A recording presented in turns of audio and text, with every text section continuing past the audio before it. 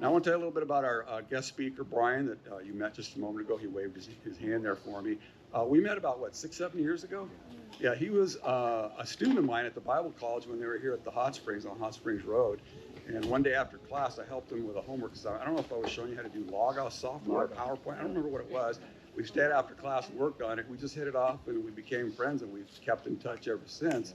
And then one day he shared his life story and what he's been through. And it's like, oh my gosh, I'll never forget the story. And I said, someday I want him to share that here, because it's one of those stories you won't forget. And it's a story of what God can do with any of us. And it's a great encouragement. His story is something that you need to hear.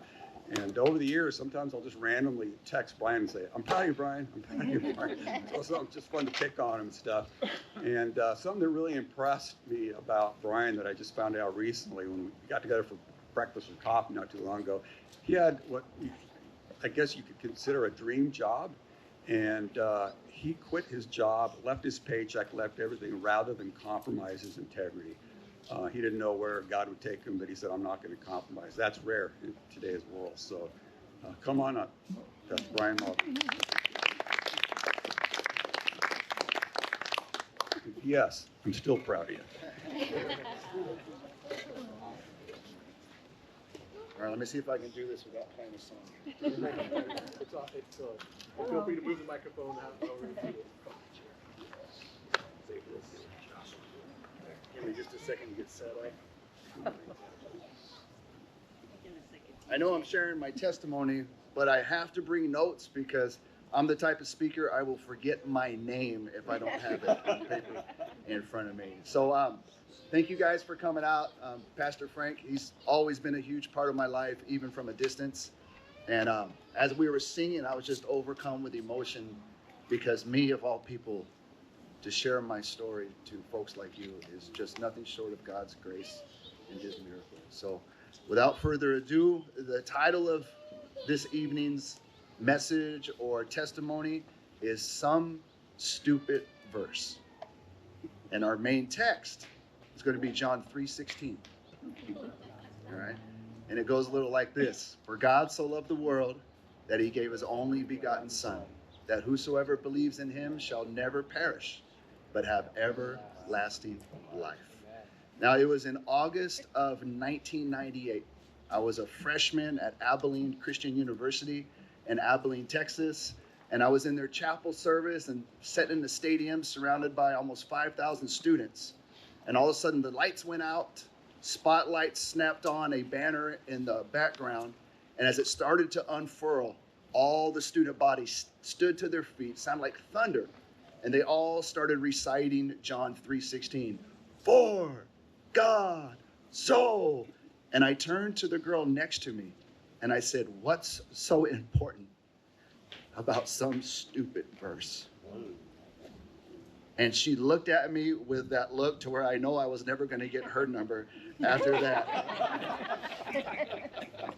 So 23 years old, a freshman at a Christian university, and I didn't even know what John 3:16 was. How do you get to a place like that? And the answer lies in a lifetime of bad decisions. And my earliest childhood memory is actually in Pinellas Park, Florida. And I could remember my 6th birthday, walking around the block and looking down at my sandals and my little sun-brown toes, and I'm going through the gutter, walking around just hours before my birthday, just hoping that some kids from school would see me and be reminded, hey, we got to go get that guy a present. It's his birthday today. But what I really remember most about that day is the feeling that I didn't think anybody would show up. And then if no one showed up, then my parents would know that no one liked me. And for a long time, I didn't know why I would have those feelings at just 6 years old. But it's because growing up, I lived in a religious home. We went to church 4 times a week. I mean, we were Southern Pentecostal to the extreme. I mean, folks ran the aisles. They got on the top of the pews. They hung from the chandeliers. Okay, maybe they didn't hang from the chandeliers, but they would get slain in the spirit. One guy named Big John would pluck like a chicken. I mean, it was just a wild, religious, non-relationship church that we went to. And I grew up with an abusive father, physically, emotionally, verbally. And then so what happened, even from a young age, because I wasn't getting the attention and the affection that I wanted at home, I started to turn to the older kids that lived around us to try to get that attention. And what did the older kids do? They were happy to have me around. But what did they do? They taught me how to steal. They taught me how to fight. They taught me how to smoke. They taught me how to do drugs. They taught me how to get in all manners of trouble. But I yearned for that acceptance. And because I wasn't confident in myself, I said, if I just become like somebody else, then maybe people will like me. And then also, we were always worse off than everybody around. I remember walking home from school one day and the neighborhood kids asked, hey, you want to go play? I was like, sure, let's go. And they're like, we have to go put on our play clothes. And I was like, what are play clothes? We didn't have play clothes. We just had one set of clothes. You wore them to church, you wore them to school, you wore them to play in. If you messed them up, they just put those real scratchy patches in the knees. You guys remember those? So another thing is I equated stuff to friendship. If I just had more stuff, then maybe people would like me like other people around. So growing up, we moved over and over and over again, not because I was a army brat or anything like, I was a brat for sure, but not because of the military. My father was a dreamer and he always dreamt of the next big score or the next big job or the next perfect life. And sometimes it worked out and sometimes it didn't. So I was always starting over and over and over again. By the time I got to high school, I hated school. Because for a kid that lacks self-confidence, for a kid that doesn't have what all the other kids have, I mean, I remember first day of school, you want to impress everybody. I remember buying my first day of school t-shirt in between church services on Sunday at a record store in the mall, and it was a Def Leppard t-shirt. Yeah. Remember the shirts that had the off-color sleeves and then the record album on the front? That's what I went with, a pair of Rustlers that were too long. It was embarrassing, but I just remember hating school and envying and even hating the popular kids because I thought they were only popular because their parents had money. They were only popular because they had stuff. If I just had stuff, if I had better parents, if I had a dad that loved me, then other people would like me too. So by the time my senior year was approaching, my dad gave me two options. You either go to school or join the military, but you're not staying here after 18. I mean, that's the same thing that happens right now, right? But I think the cutoff age for kids now is like 37 at home, right? 37, you get hit with the ultimatum. You got to get out, kid.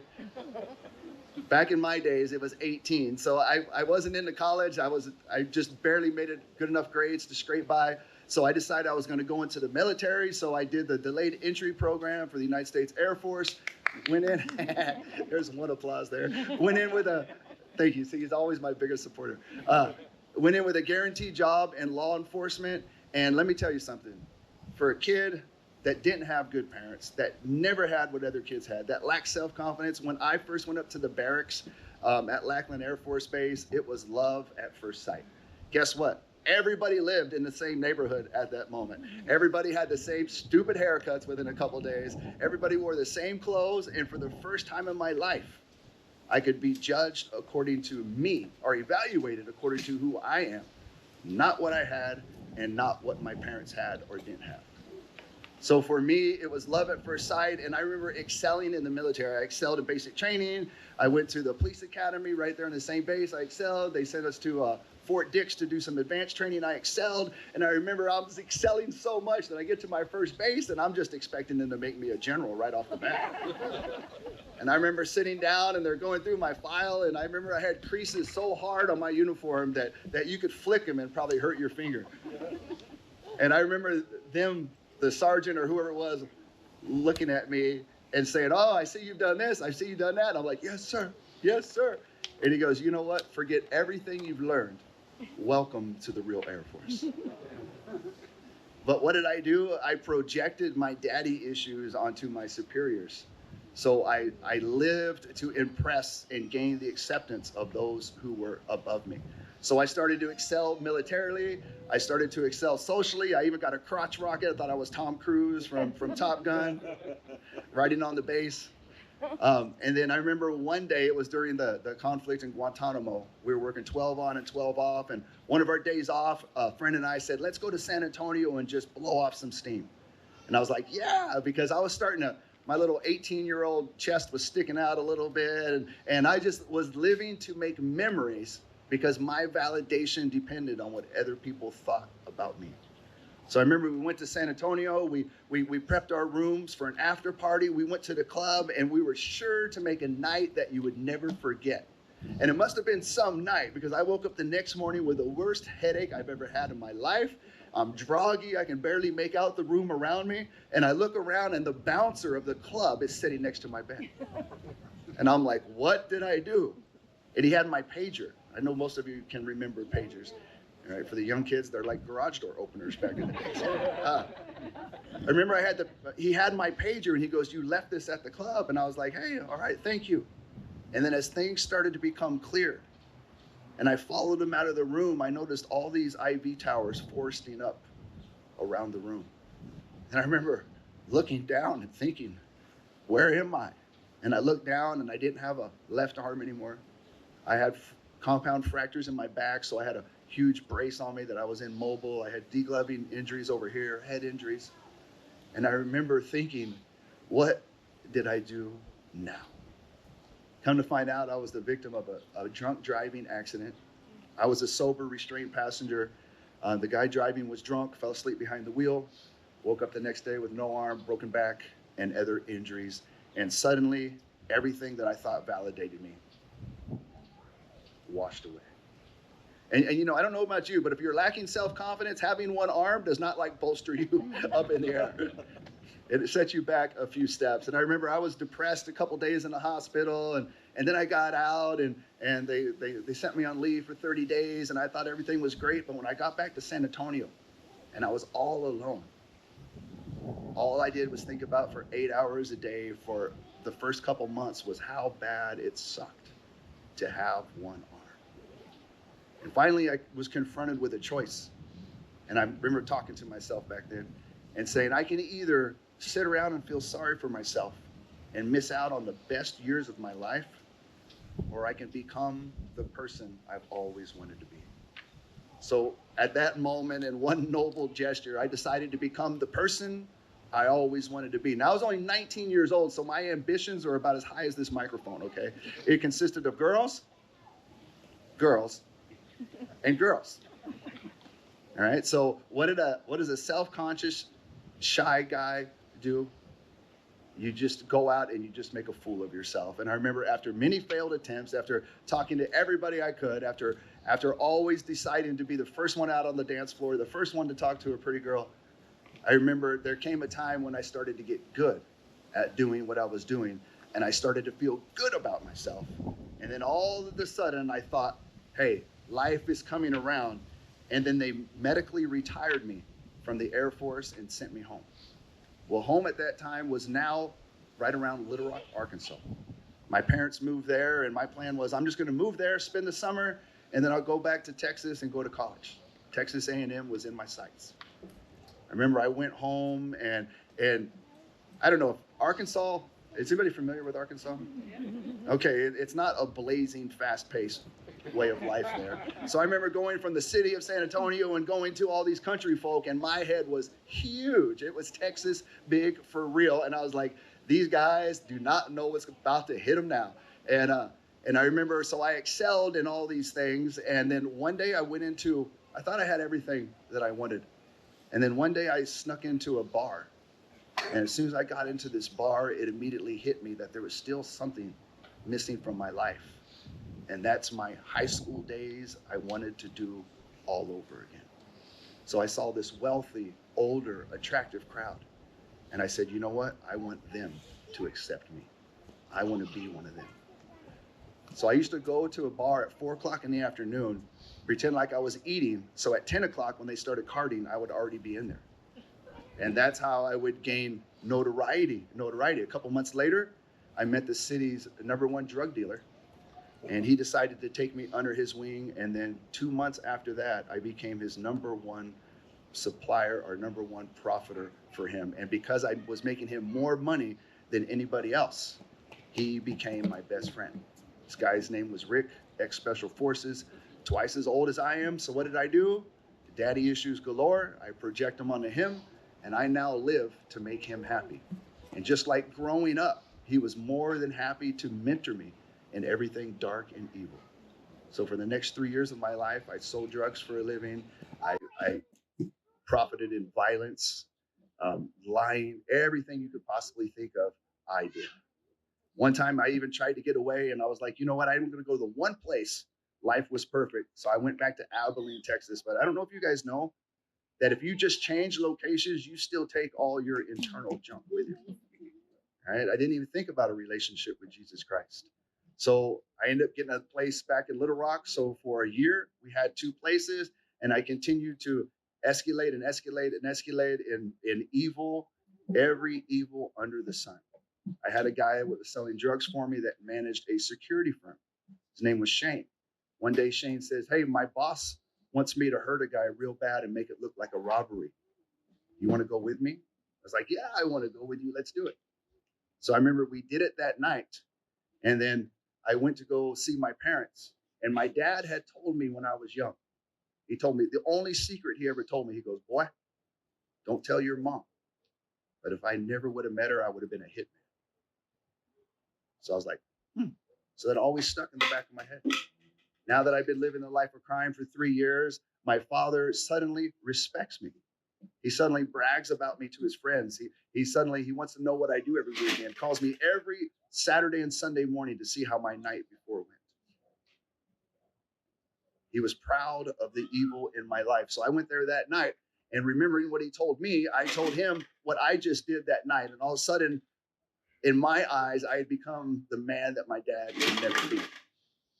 So fast forward, living in 2 places for a year, we get a tip off that the DA is about to close a case on us. So I go back to Abilene, Texas, start working there. I enroll in Abilene Christian University. And one day my dad calls me and asks me if I can find someone to kill a guy named Paul Wong that lives in Riverside County, California. I was like, sure, what for? And then he went to relay, and I've heard stories about this guy all my life, but he went to relay to me that Paul was molesting his 8-year-old daughter, Tiffany. And he was also terrorizing the family. Immediately, something came up inside of me that I forgot was even there. See, when I was 8 or 9 years old and I was trying to gain all the attention of all the older men, a group of kids molested me back then too. And because my family was hyper religious and because I thought I had done something wrong, I never, ever told anybody about it. All I did was bury it. I remember going home and acting like I was sick for a few days just so I wouldn't have to interact with anybody. Couldn't tell anybody. And I'd forgotten all about it. But when my father said this, all of a sudden rage came up. And I may not have been able to do anything back then, but I can sure do something now. So I remember I started school at Abilene Christian University and trying to schedule my classes to where I could fly out and kill someone on the weekend and make it back in class for Monday morning. That's how desensitized I was. I remember I finally made in the weekend of September 11th. I came out to California and I had a driver fly in from San Francisco. And that weekend, we had several failed attempts to take the life of Paul Wong. And I was like, well, maybe it's not supposed to be. I remember Tuesday morning, September 15th, I dropped Shane off at LAX. He flew back to San Francisco, and I was like, I'm going to head out to Norco for one more try. So I remember going out to Norco. I remember putting on my disguise, which consisted of an arm. Everybody's going to spot the one-armed guy, right? And then I remember parking down the street from where Paul was supposed to be and reading the map and pretending like it was the newspaper. And just saying out loud, if this is supposed to happen, then have my favorite song come on. And I'm afraid I'm out of time, guys, so that's all I'm going to be able to share today. Or can I go on? No. Okay. All right. Pastor Frank said no more than 15 minutes. I remember sitting there, have my favorite song. Now, mind you, I'm from Texas. I've been staying a few days in LA, and now I'm in Norco. I have no idea what's on these stations. So I remember hitting, and every single station had a commercial on it. So finally, I just left it somewhere, and I'm reading this map, not because I'm reading it, because I don't want to look conspicuous, which I did with a hat and a jacket and everything in September in Norco. That just doesn't go together. But I remember all of a sudden the DJ came on, and my favorite song at the time was "Save the Night" by Eagle Eye Cherry. This was 1998, so go figure. But I remember that song coming on and looking up in my rearview mirror, and here comes Paul in his white Suzuki Sidekick. I didn't even think after that. All I did was chamber around in the gun.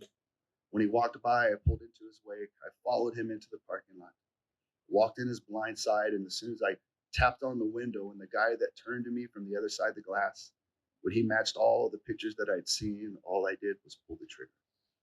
One shot after another shot, after another shot, after another shot. After 11 shots at point blank range, I dropped the gun, walked back to my car, and drove off. That night, when I got off the plane at Dallas-Fort Worth Airport, there were air marshals waiting for me. They took me into custody, and that was September 15th, 1998. A little bit later, I was extradited out here to California, was in downtown Riverside, and I remember people saying all over the news, one-armed guy from Christian University does murder for hire, right? So when I got there, everybody was asking me, hey, will you do a Bible study? I was like, what are you guys talking about? I don't even know what John 3:16 is. How am I going to do a Bible study? And I remember they're like, well, we've seen you on the news. I'm like, yeah, but that wasn't because I was trying to learn about God. I was just trying to get out of trouble. And I remember one day, because there's not a whole lot to do in county jail. So one day, I saw a group of guys having a Bible study under the stairs. So I went over there, listened to the Bible study, and at the end, I asked the guy, I said, I'm not saying I did, but does God forgive murder? And I remember he took me to Romans 8:1, which says, there is therefore now no condemnation to those who are in Christ Jesus, who walk according to the Spirit, but not after the flesh. And I remember saying, how can I get a Bible so I can read that myself? He ordered me a Bible that December. I gave my life to the Lord. And I was in county jail for a little over 2 years. So for the next 2 years, all I did, no TV, no nothing. All I did was just pray and pray and pray and pray and preach and preach and preach. And I remember I would even skip meals just because when everybody was eating at the tables, they couldn't go back in their cells. So I would preach to them then while they were eating.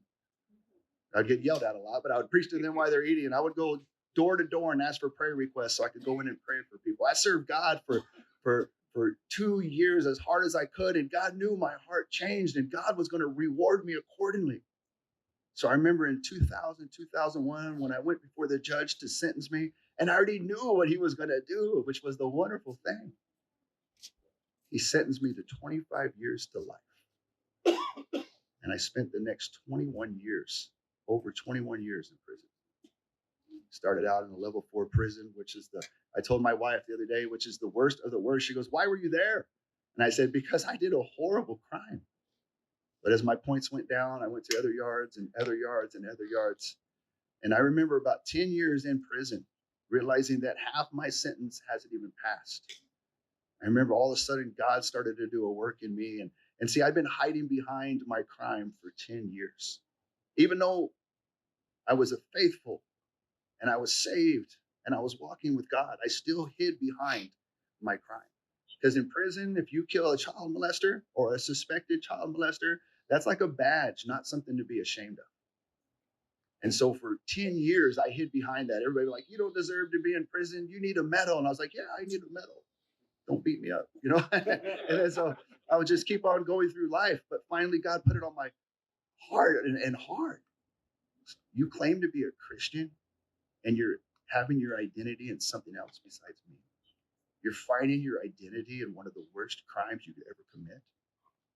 And then it was during that time that I had to realize I didn't kill Paul because of what he was allegedly doing to his daughter. I didn't kill Paul for any reasons about him. I killed him because everything that was missing inside of me. If I really cared about that little girl, I would have called the cops.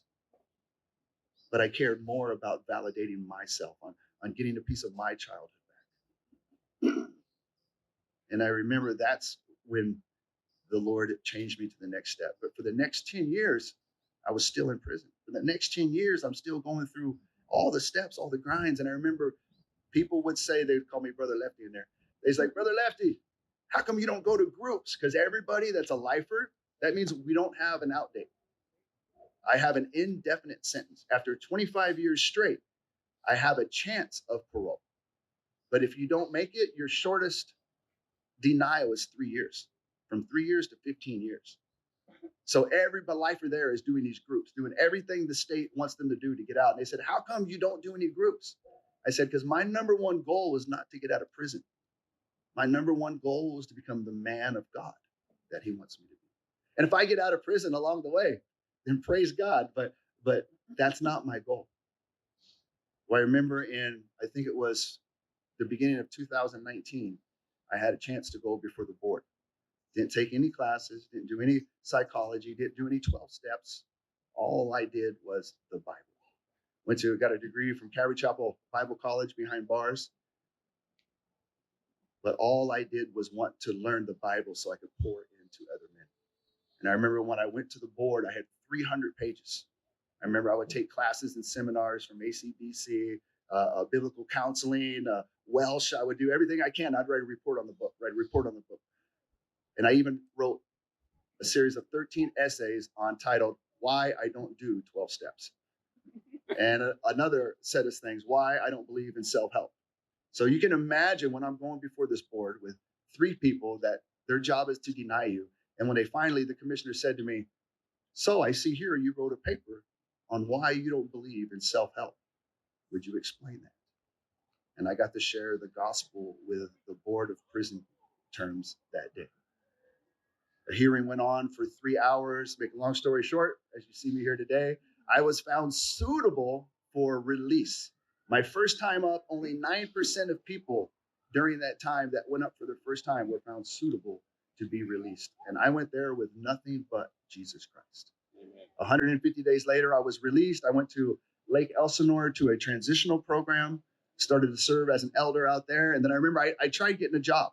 And every place I would interview at, it would always become that awkward step where they were like, we see there's a gap in your employment. Can you explain that? And I always told myself, and I told God, I was like, you know what? You've got me out. I'm going to just follow you. So I remember many times I wouldn't get called back. I went to interview at Walmart, and I told the lady, and she even offered me a better job than what I went in there for. And then she goes, are you going to have a problem with your background check? And I was like, no, ma'am, it's so long ago. I was in a transitional housing for lifers alone, and nobody had ever failed a background check. Because after 7 years, they just don't pop back up. I've been in prison 3 times that. It's long gone. What do you know, when Walmart did my background check, I got refused at that job. And I remember just before that, there was a guy named Desi that worked he was the manager of housekeeping at Calvary Chapel Bible College. And him and a guy named Miguel took me on a private tour around the campus that night. And I said, God, if you want me to go to finish my college back here, then have me not get this job. And when I didn't get the job because of my background, I was so happy because I immediately enrolled in my first in-person classes ever at Calvary Chapel Bible College. And that's where I met Pastor Frank. And then went on that summer, he one-on-one student for him from Veritas. I did a semester there. And then from there, I went on to do several semesters at the Master's College. And it's just been an unbelievable time since then. And I remember, but you got to have money. Anybody know it's expensive to live in Southern California? So I remember trying to get a job. I did Instacart for a little bit, but I don't know if it's just a prison thing. But when you only have like 3 choices for 21 years, and all of a sudden you're going shopping for somebody else in a grocery store, I was so overwhelmed. I was like the worst Instacart shopper in the history of the business. But I remember I applied. What can I do? I have no experience. I have no nothing. So I applied at hotels. I applied at gyms. And finally, one guy, the district manager or regional manager of Fitness 19, called him up, talked to him. And he goes, so tell me about yourself. And I was like, oh, here we go again. So I gave him the Reader's Digest version. And then for the next hour, we talked on the phone. So he says, well, I got about 60 people to call today. I'll give you a call back. Next day, he calls me back and says, I need you to come in for a one-on-one. I got 5 people that I narrowed it down to. So I went in and I talked to him, and he knew about my past, knew about everything. So a few days later, I'm at the gym and I'm running not that gym. And he calls me up and I'm already saying, no problem, sir. I appreciate the opportunity. He goes, wait, do you want the job or not? And I was like, yeah, you mean you're going to hire me? He goes, yeah, we'll just skip the background check. And you just come on in. So I was like, all right. First guy, his name's Dean. First guy that ever gave me a break knowing my story. Pastor Frank was the first guy that ever invested in me spiritually and academically knowing my story. This guy was the first guy that ever invested in me on a professional level. And the same week I started, I went out on my first date with my beautiful wife, Anna, there. And I remember we went out for a hot dog on a Saturday night, got engaged 1 month later, and we're married the next month. So I'm kind of a slow mover in that department. But I told her I'd been praying for someone like her for 21 years. And before she found out that I wasn't who she thought she was, I had to marry her and put a ring on it. So that's what we did. End up managing Fitness 19 there in Menifee. Great opportunity, but God was calling us for more. So we actually started an unplugged Bible study in the colony there in Marietta at our friend's place. And I remember our first night, Pastor Frank was there once again, always supporting his previous students. That's one thing that I admire about Pastor Frank, is one of the things that he has always done is pour in to other people. And so I remember he was there that first night. We did that for a little bit because God had a vision for Unplugged Church. But then we started going to a church in San Jacinto, a large church, and they hired me as the media director. Guys, I've been in prison for 21 years. I remember they hired me. I mean, the first time I showed up and I was doing something, I think it was when Pastor Frank spoke there, right? You did a men's breakfast or something. Yeah. Well, I had a little mic, the VA, because I'm going to school, bought me a little Microsoft computer. And I remember the executive pastor at the time says, what are you using? And I said, that's my computer, man. What are you talking about? He goes, we don't use those here. We're Apple. And I was like, well, then you're just going to have to give me an Apple then, right? I was just being a little joking around. And the next thing I know, he gets me a $3,000 Apple computer. And he goes, we just wanted to get you something in case we ever need you to do any media stuff. Guys, I could barely work Canva. I remember the first slides I ever did was at Pastor Frank's class. So anyway, they hired me on as the media director. I remember my first day there, I was running to record a video and I didn't even know how to turn the camera on. I was praying the whole time, Lord, just let me find the on button. Just let me. So I ended up being the media director and trial under fire for a couple years. And during that time actually before I started working there, God released me from lifelong parole in just a matter of 2 years. So I was free and clear of all my obligations. Started to work at 412 San Jacinto Church as the media director. Another man that has invested in me spiritually there. His name is Pastor Steve Kalmakoff. He brought me in as that, and he said the whole time that he knew I wasn't meant to do media the rest of my life.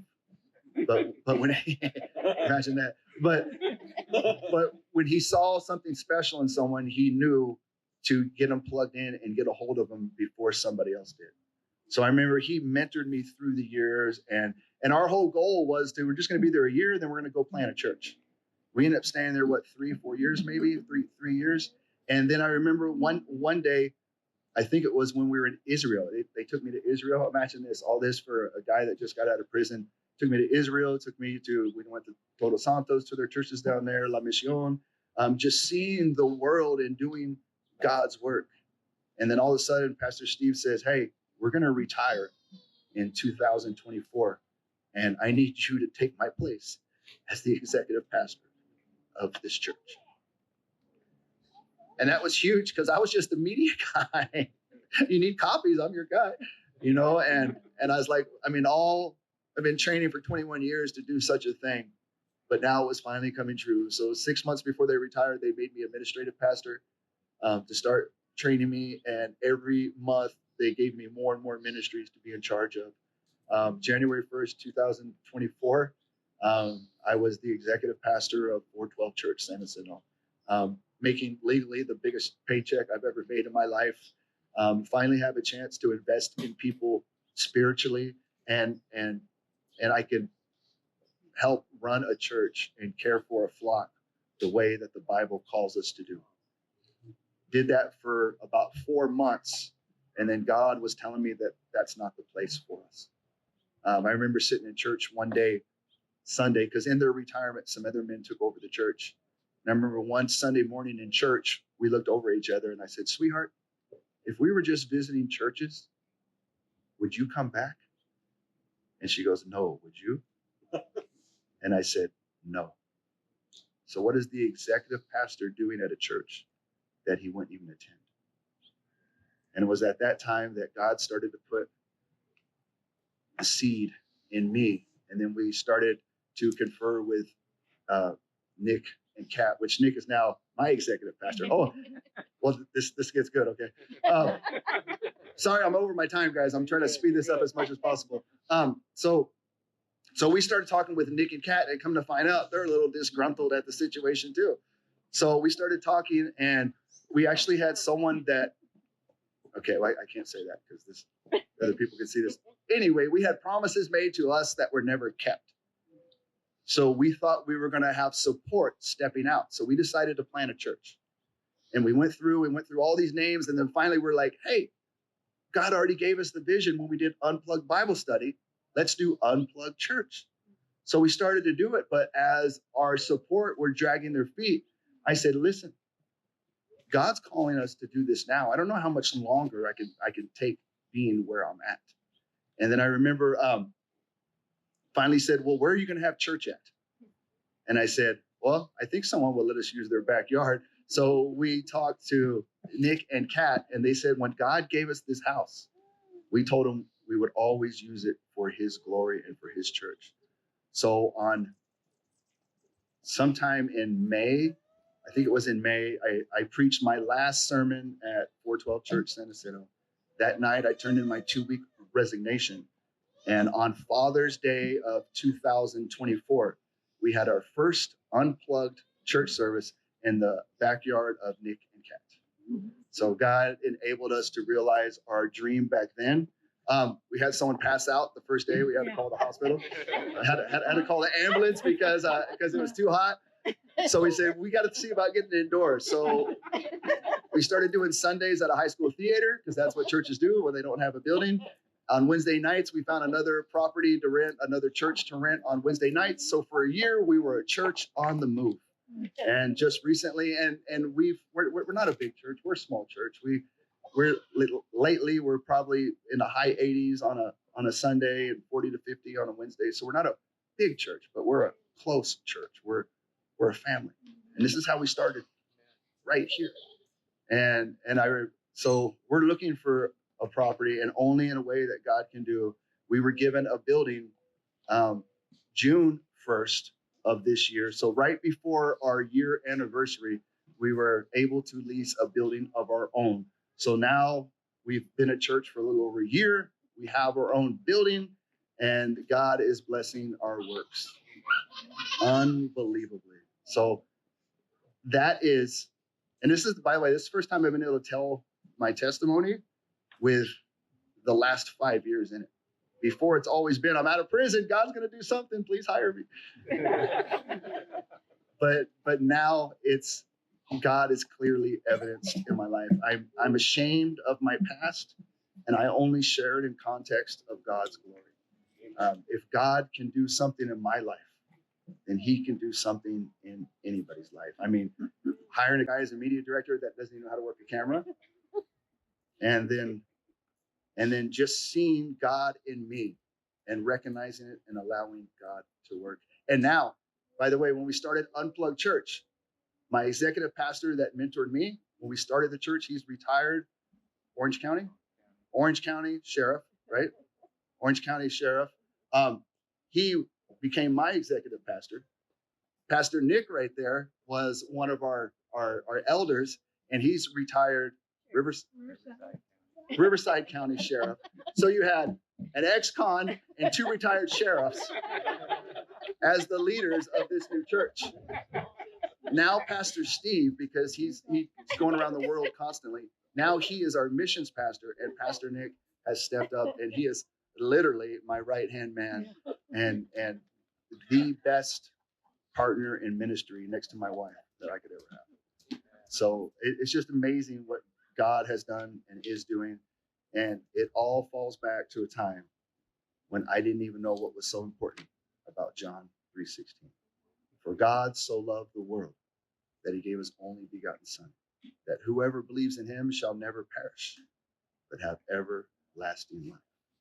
And that's what's so important about some stupid verse. And that's it. Thank you, guys.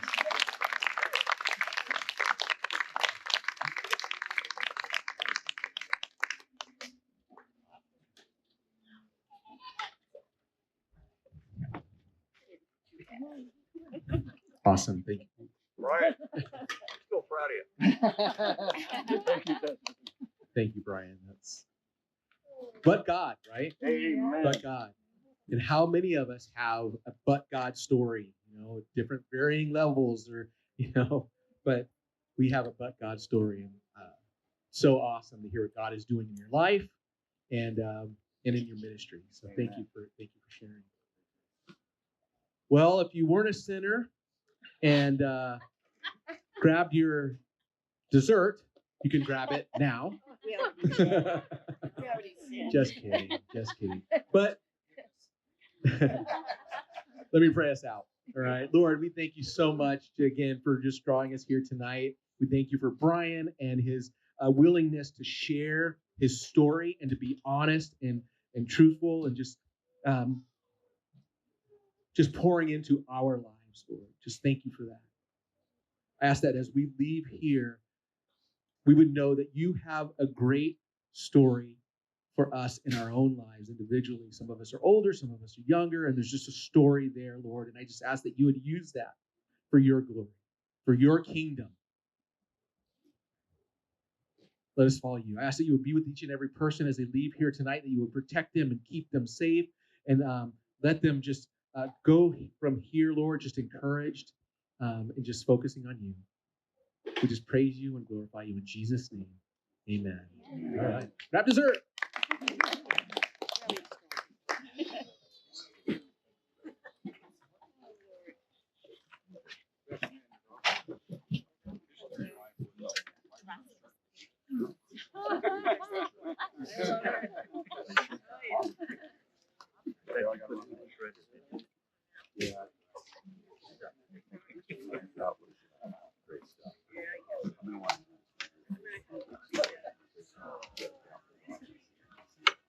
And the humor, the way you inject the humor, right on. Thank you.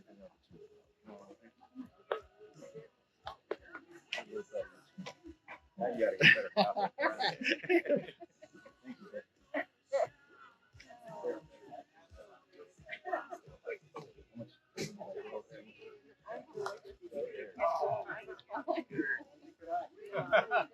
You already had it. All right, you're welcome. Thanks,